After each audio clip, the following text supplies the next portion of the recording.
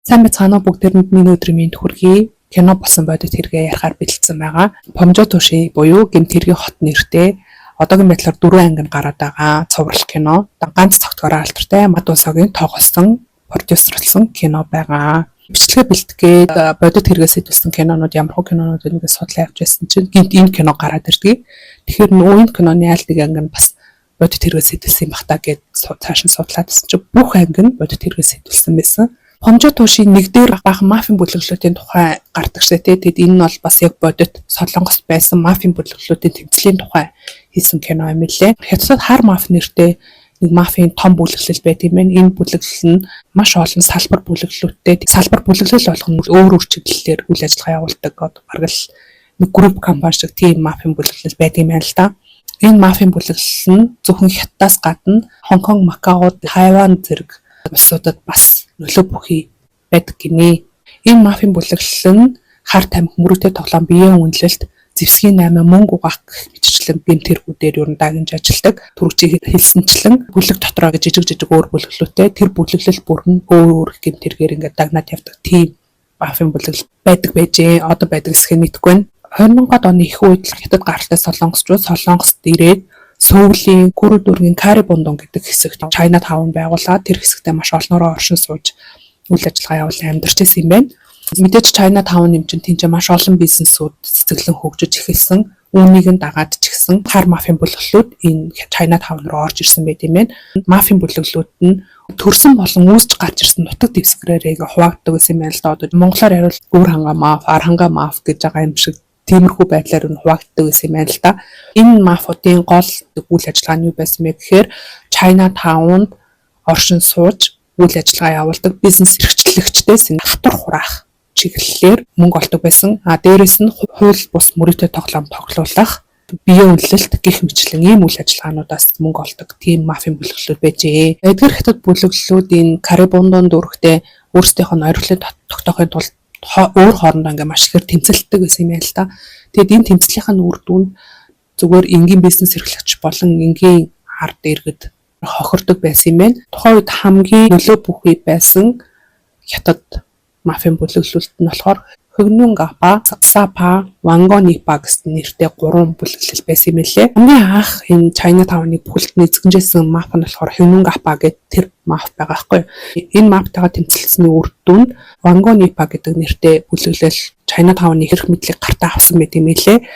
Энэ бүлэглэл ноёрхож эхэлснээс хойш цагдаа мөрдөгчд ер нь бол энэ Хятадын мафийн бүлэглэлүүдийг маш ихээр сонирхож эдгэрийн араас мөрдөж эхэлсэн юм байна. Цагдаа мөрдөгчд эдгээр бүлэглэлийг мөрдөх эхний шалтгаан болсон нэг зүйл нь гэхээр энэ Хөгнүн Гапа болон Ванго Нипа гэдэг хоёр бүлэглэл эрх мэдлийн төлөө тэмцэлж байгаа. Тэр тэмцлийн үед нь нэг гишүүн амнаас алдсан байт юм байна. Тэгээд энэ ч одоо хүн амны хэрэг болчихж байгаа шүү дээ. Тэгэхээр энэ цагдаад мэдээлэгдээд анх эдгээрийг мөрдөн шалгах шалтгаан болжээ. Ванго Нипа бүлэглэл өөрсдийнхөө ноёрлыг тогтоосны дараа үйл ажиллагаа явуулж байхдаа маш тийм хэрцгий байсан. Кинонд дэр гардаг нөх хамгийн зөвүүн агим муухай хэрцгий мафийн толгойгч гардаг штэ. Тэгээд тэр мафийн толгойгчийн бүлэглэлийнхэн хийж байгаа нэг амар үйлдэлүүд байдаг да. Хүмүүсийн гар хүлийг нь тасдаж мастаал гэдэг тий. Тэр бол яг энэ үедээ болж исэн юм байлээ. Ванго Нипа гэдэг бүлэглэл хэрцгий хорон үйл ажиллагаа явуулдгаараа айгу алдартай байсан. Бизнес эрхлэгчдээс ингээд татвар хурааштай тэгэхгүй гэж гүрэж байгаа бизнес эрхлэгчдийг өртөөгээ тооцоо авчин заяа. Тодорхой хэмжээний дүн төрөнгүүд за чиний өр гарны үнэнд хүрсэн гингүүтээ гарыг нь тайраад авчдаг.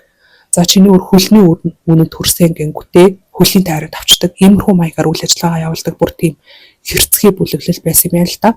Яг тэр кинонд гардаг штэ нэг караокед ороод тэр бүлэглэлийн өмнөөс самунд игдэдэг. Тэр үйл явдал бол яг жинхнээсээ болсон. Яасан бэ гэхээр энэ Ванго Нипа бүлэглэлийнхэн караокед ороод солонгос эмэгтэйчүүдтэй хөгжилтмөр байна. Солонгос хотуудаа явуулаарай гэдгсэн гинэ. Ширээнд нь сууж, ууж идэж, найргаж цэнгэгт нөгжөөдөг гэх юм уу те. Тим эмэгтэйчүүдтэй явуулсан юм байна л та. Тэгсэн чинь нөгөө хэд нь согтоод эренгүүтээ нөгөө эмэгтэйчүүдийг татаж хангаагаад юу нь бол ингээд жоохон ёс бүс үйлдэлүүд гаргасан. Ингүүд нөгөө караокены менежер хэрэгтэй эренгүүтээ та нар ийм үйлдэл гаргаж болохгүй. Зүгээр хамтаа архиуж болно, хамтаа дуулж хөгжлөж болно. Өөр янз бүрийн энэ хүмүүсээс шаардаж болохгүй шүү гэсэн тийм шаардлага тавьжээ. Гэтэл Ванго Нипа бүлэглэлийн залуучууд шууд уурлаад караокены менежерийг байрж аваад гарын тассан байгаа байхгүй юу. За энэ нь энэ бүлэглэлийг эрчимтэй араас нь мөрдөх хоёр дахь шалтгаан болсон байгаа. Энэ хоёр шалтгааны улмаас Сөүлийн мөрдөгчид China Town-ы мафийн бүлэглэлийг буулгаж авах ажиллагаа явуулсан байгаа 2004 онд. Тэгэд энэ ажиллагааг нь Юнсоко нэртэй нэг мөрдөгч удирдах явуулсан юм байлээ. Яг тэр бодит байсан мөрдөгчийн дүрийг Мад Унсог гаргасан юм байлээ. Бодит мөрдөгч нь харилцаанд орж байгаа бичлэгийг нь үзсэн чинь хөдөлж байгаа ярьж байгаа энэ төр Мад Унсогтой юу нэлээд ойролцоо тийм мөрдөгч ах байлээ. Ярилцсан бичлэг дээрээ 2004 онд явуулсан ажиллагааныхаа тухай ярьж байгаа байхгүй. Тэгээд тэр навчнуудыг барьсан энэ гэл жоох юм хараалын үг мөрдөгчдийн ингээд мэдээж гэмтэрхтнүүдийн эсрэг хэрэгэлдэг амар үнүүд байгаа шүү дээ. Тэднийгээ шууд ингээд хэлцдэг заяа. Гинт ингээд нэвтрүүлэх гарч байгаа сандсан юм шиг байдаг гэсэн. Хөө яна уучлаарай гэж тэгэнгүүт нөгөө хөтлөгчнөр нь зүгээрээ та зөвөрөөрт дэвтэгтэрэл яч хамаагүй гэж хэлээд нэлээд хөгжилтэй нэвтрүүлэг болсон байлээ. Энэ ажиллагааныхаа үеэр Вангон Ипа бүлэглэлийн толгойд байдаг 14 хүнийг байрвчилсан байдаг. Кинонд гардаг зарим хэсгүүд нь яг үнэхээр тэр ажиллагааны үед бодитоор болж исэн байлээ. За жишээ нь Хараконы эзэнд нэг хотоноос хамгаалдаг, хантаа зөмсүүлдэг штэ. Тэгээд тэр нь ч гэсэн яг бодитоор болж исэн байлээ. Дээрээс нь нэг гэмтэрхтнийг хат руу ачуулах гэжсэн дундаас нь нэг хоёр хятад цагта судлаж явуулаад хуураад тэгээд араас нь мөрдөж бүх бүлэглэлээр нь барьж авдаг сцен гардаг штэ тий. Тэр ч гэсэн яг бодитоор болж исэн юм байлээ. Вангон Ипа бүлэглэлийн толгойд байдаг маш олон хүмүүс шоронд орсны дараа энэ бүлэглэл ноёрхлоо алдсан байдаг. Энэний араас дараачихын бүлэглэл гарч ирсэн. Тэр нь Хексапа гэдэг нэртэй бүлэглэл байсан. Кинонд Жанжан гэдэг зэрлэг нэг мафийн толгойлогчийн дүр гардаг шүү дээ. Энэ дүрийг болохоор хэдийгээр энэ киноныхон бодит хүн биш зохиосон дүрээ гэж ярьж байгаа боловч яг үүндээ зарим нэг их сурвалт дээр болохоор энэ бол бодит хүн Вангон Ипа бүлэглэлийн толгойлогч Юн Вангон гэдэг нэртэй эрэгтэй байсан. Тэр эрэгтэй бол яг энэ Жанчин шиг маш хэрцгий хүн байсан гэж ярьд юм байлээ. Тэгээ бүлэглэн ч гэсэн амар хэрцгий үйл ажиллагаа явуулдаг гэсэн хүмүүсийн гар хүлийг хүртэл тасалдаг байсан гэж хэлчихсэн шүү дээ. Энэ бүлэглэлийн амар үйл ажиллагааг нь China Town үйл ажиллагаа явуулдаг хүмүүс хизээч цагтаад мэдээлдэггүй байсан гинэ. Яад гэхээр хэрвээ цагтаад хин нэгэн өөрсдийг нь мэдээлсдэг нь мэдх юм бол цагтаа өөрийг нь мөрж явах хугацаанд шууд хятад руу гараад цуцчихдаг. Тэнгүүтээ хятад очоод бичгээр баримтаа солиод нэр усаа солиод эргэж ирээд өөрийг нь мэдээлсэн хүнийг барьж авч зовоодог. Тэр бүтээгдэхүүнийг нь хүчирхийлдэг, өөрийн үйл ажиллагаа явуулах аргачлан дарамтлагдаг байсан юм л да. Тэгээд ийм бүхнээс нь хайгаад ямар ч хүн цагтаад мэдээлж чаддаггүй байсан юм байна. Вангон Ипа бүлэглэлийн орыг задлгсан Хексапа бүлгийн үйл ажиллагаа цагтаа нар дараачих нь гараад ирсэн үг гэж зүгээр хараа сууж байгаагүй. Нэрийг ч гэсэн буулгаж авчлахад зохион байгуулсан. Тэр нь 2007 онд болсон 6 сарын туршид үйлчлэж бэлдсэний дараа хийсэн ажиллагаа байсан. 2007 он Хексапа бүлэглэлээс 32 хүнийг байрвчилж аваад 7 хүнийг нь шоронд хорьсон байт юм лээ. Үүнээс хойш бол энэ Хексапа бүлэг мөн нуруу унсаа. Энэ хоёр том ажиллагааны дараа хоёр том бүлэглэл нуруу унж том хэмжээний ноёрхсон тийм мафийн бүлэглэлүүд бол дахиж гарч ирээгүй юм билээ. Гэхдээ одоо л жижиг хэмжээний мафийн бүлэглэлүүд байдаг гэдэг мэдээлэл байт юм билээ. Гэхдээ одоо байгаа бүлэглэлүүд нь өмнөх тэр Хексапа, Вангон Ипа энэ шиг тэгж хүн амьтны гар тасцаалт айлгаж сүрдүүлэл хүчирхийллийн аргаар ажилдаг биш. Утасны болон цахим заллин хийдэг гэсэн тийм мэдээлэл байт юм билээ. Нэгдүгээр анги нь бол нэг иймэрхүү нэг мафийн бүлэглэлийн тухай кино байсан. Тэр тангийнх нь сэдэв болсон бодит тэрэг Филиппинд очсон солонгос аялагчдыг барьцаалаад зарим нэгийнх нь амь насыг нь хохироосон. За хамгийн багадаа 10 хүнийг хохироосон цуврал барьцааны хэргийн тухай кино байгаа. Цуврал барьцааны хэрэг гэхээр жоохон сонин сонсогдоод байх юм. Хүн барьцаасаа олон удаагийн үйлдэлтэй гэж ярих баха тий. Зөв мэддэг хүмүүс нь хэлээд өгөөрэй. За тэгэхээр ямар ч байсан зүгээр цуврал барьцааны хэрэг гэж ярьчих. Энэ хэрэг 2007 онд гарсан. Энэ хэргийн гол хэрэгтнүүд нь Чэ Сэюн, Ким Жун Сок, Ким Сонгун гэдэг нэртэй 3 хүн байсан. Энэ 3 хүн Аньян хотод байдаг нэг валют арилжааны газар очоод бууд толгон сүрдүүлээд нэг эмэгтэй ажилтныг захирлын өрөөрөө дагуулж ороод Сэбэнднээс нь 185 сая воныг гаргуулan аваад тэр эмэгтэй амь насыг нь хөнөөгөөд тэр дороо Солонгосоос цухтаж гарсан тийм хэрэг байсан. Тэгээ Солонгосоос цухтаж гарсныхаа дараа энэ 3 хэрэгтэй Зүүн Азийн орнуудаар нэг орноос нөгөө орнд руу ингээд дамжиж цухтаж байсан үе юм байлээ. Малайзд энэ хэд дээрм хулгай хийж амьдарч авах хугацаанд Ким Вон Бин гэдэг нэртэй нэг эрэгтэйг барьцаалсан. Ким Вон Бин надад та нарт ингээд төлөх ямар ч мөнгө байхгүй гэж хэлсэн чинь за тэгвэл чи бидний гэмт хэрэг тусал гэх юм бол чамаас ингээд мөнгө нэхэ болно гэж хэлээд өөрсдийнхөө гэмт хэргийг хамтрагч болгосон юм лээ. Тэрнээс гадна Kim Wong гэдэг нэртэй бас нэг солонгос эрэгтэйг чи биднэрт жолооч хийж өгөөч, тэгэх юм бол чамд 50 сая вон өгөх болно гэж хэлээд мөн өөрсдийнхөө гэмт хэргийн хамтрагч болгосон юм байна. За тэгээ энэ 5 хүн Филиппинд очоод түрүүчийн ярьсан цуврал барьцааны хэрэгээ хийж эхэлсэн. Гэмт хэрэгээ яаж үлддэг гэсэн бэ гэхээр онгоцны буудал дээр бууж байгаа ганцаараа аялж байгаа аялагчдыг эхлээд онилдог. Тэнгүүтээ тэр аялагчд дээр очоод ганцаараа аялж байгаа мó бид нар ганцаараа аялж байгаа аялагчдыг хамт нийлүүлээд групп аялал зохион байгуулдаг хүмүүс байгаамаа. Филиппиний хамгийн гоё очиж үзүүштэй газруудаар нь гайд хийгээд аялуулдаг хүмүүс байгаамаа. Манай группт нэгтгэх өндөр асуугаад тгий гэсэн хүмүүсийг нь машиндаа суулгаа авч аваад барьцаалдаг ийм гэмт хэрэг хийдэг байжээ. Энэс гадна Facebook групп дээр Филиппинээр гайд хийгээд аялуулнаа гэсэн тийм зар оруулаад тэр зарын дагуу ирсэн хүмүүсийгээ барьж авч барьцаалдаг байсан юм байлээ. Тэгээд онлайнаар танахаар аяллаа гэд хүсэлтэй өгсөн хүмүүсийг онгоцны бодол дээрээс тосч авангуудаа тэр оройд ууж идэж шоудж агаад жоохон согтоод ирэнгүүт нь машиндаа суулгаж авч яваад мөнгө нэгтгэх байжээ. За тэгээд барьцаасан хүмүүсийг гэр оронд нь лугаа залгаад асуудалд орооцолцчлоо, тэдэнд төгрөг шилжүүл гэж шаарддаг байсан байгаа. Эсвэл өөрсдөө гэрийнхэн нар залгаад тарин гэр бүлийн хүнийг барьцаалсан. Тэгээд гэр бүлийнхээ хүнийг суулгаж авъя гэх юм бол тэдэнд төгрөг явуулах мэтлэнгээр сүрдүүлэн мөнгө авдаг байсан юм байна. Энэ гэмт хэрэгээ 4 жилийн хугацаанд хийсэн бөгөөд нийтдээ 16 хүний гэр бүлээс 650 сая вон авсан гэсэн дүн гарсан байлээ. Ярьцсан хүмүүсээ мөнгийг нь авсны дараа мансууруулах бодис тариа мансууруулад мансуурсан байх хугацаанд нь насан туршиг охинтой ингээ бэлгийн харьцаанд оруулаад тэрийгэ бичлэг болгон аваад за хэрвээ чи ингээ биднэрт барьцаалагдсан мөнгө төлж суулгацсан гэдгээ цагдаад мэддэг юм бол бид нар чинь энэ бичлэгийг чи Филиппиний цагдаад өгөн чи бага насны хүүхэдтэй бэлгийн харьцаанд орсон гэдэг гэмт хэргийн хэрэгтэн болно шүү гэж сүрдүүлээд явуулдаг гэсэн юм лээ. Өхөн ингээ барьцаалаад мөнгө салгаад дисмин хариулсан хүмүүс байгаа хэдий ч амь насыг охироосон хүмүүс бас байдаг юм лээ. Энэ хэдэд барьцаалагдан амь насаа алдсан 2 хүнийхэн тухай ярьж өгье. За эхнийх нь Хун Согдун гэдэг нэртэй оюутан залуу байсан. 2011 оны 9 сард хичээл орохоос өмнө богино хугацааны аялалд яваад ирья гэд Филиппин руу явсан байгаа. Филиппинд очиод 2 дахь хоног дээр ээж рүүгээ залгаад ингэж хэлсэн. Ээж Филиппинд ирээд нэг эмэгтэйтэй танилцаад энэ харилцаанд орсон чинь тэр нэлсэн түрээгүй охин байжээ. Хэрвээ би 10 сая вон өгчих юм бол цагтаад мэддэхгүйгээр тохиролцоо салъя гэдэг энэ 10 сая вон шилжүүлээч гэж хэлсэн байгаа. Тэгэхээр ээж нь за ойлголоо гэдэг юмсан 10 сая вон өрөөгөө шилжүүлсэн. Тэрнээс хойш хүн сургаггүй болсон байгаа. Гэтэл хэдэн өдрийн дараа өрн 4 цагийн үед ээжд нь дахин нэг дуудлага ирсэн. Хүү чинь ол насарсан. Тэгтээ хүүгийнхээ цогцогч болтгоо авъя гэж бодож байгаа бол дахиад 10 сая вон шилжүүлээ гэж хэлсэн байгаа. Үүнээс хойш хүн 3 жилийн турш холбоо бариагүй сураг тасарсан. Гэтэл 3 жилийн дараа ээжд нь хоронгоос нэгэн захаа ирсэн. Тэгээд тэр цагаан дээр юу гэж байсан бэ гэхээр би нэг хэрэгтэнтэй хамт хоригдож байсан. Тэр хэрэгтний ярьсан ярианаас нь үндэслээд би таны хүүгээ цогцос хаана байгааг мэдэж авсан. Энэ хаяг дээр очиод та хүүгийнхээ цогцыг олоорой гэсэн тийм захаа ирсэн байсан. Энэ бүхнийг нь ээж нь Когоши Алькушта гэд илрээгүй гэмт хэргийн араас нь мөрдлөг явуулдаг нэвтрүүлэгт хэлсэн байгаа. Тэгээд нэвтрүүлгийн багийнхантай хамт Филиппин руу явсан. Манила хотоос 1 цагийн зайтай газар очиод яг зураг дээр зурсан байсан тэр байшинг олсон. Байшин дотроо ороод тэр байшингийн шаалн дээр өрнөтгий аппарат гүйлгэж ингэж үзэхэд яг нэг хэсэгт нь хүний яс байгаа хариу бол гарсан. Тэгэхээр тэр хэсгийг хот утсан чинь хүний ясны үлдэгдэл гарч ирсэн. Гэхдээ ясны үлдэгдэл нь нэг хүнийх биш 2 хүнийх байсан.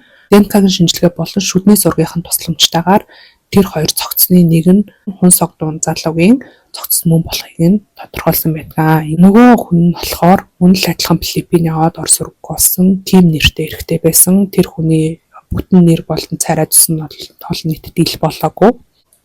За ингээд дөрвийн 5 гэмт хэрэгтэн 2 хүний амь насанд хүрсэн тодорхой болцоо. Дахиад нэг хэрэг байгаа. Тэр нь юу вэ гэхээр яг энэ 3 гэмт хэрэгтэн хийсэн гэдэг нь бол бүрэн нотлогдоогүй. Гэхдээ хийсэн нь бол тодорхой.